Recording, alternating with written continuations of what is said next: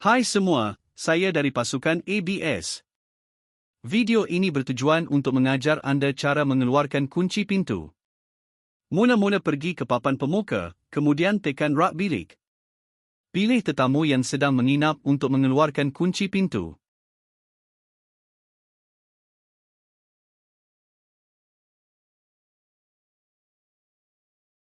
Pada halaman ini, tekan kunci pintu.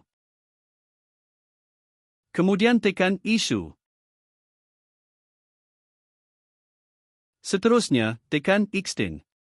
Di sini, masukkan tempoh penginapan tetamu dalam jam. Selepas import, tekan OK.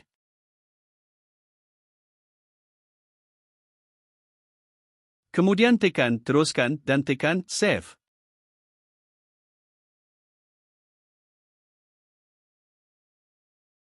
Tekan teruskan, bilik ini telah berjaya mengeluarkan kunci pintu. Diharapkan video ini membantu anda memahami cara mengeluarkan kunci pintu. Terima kasih.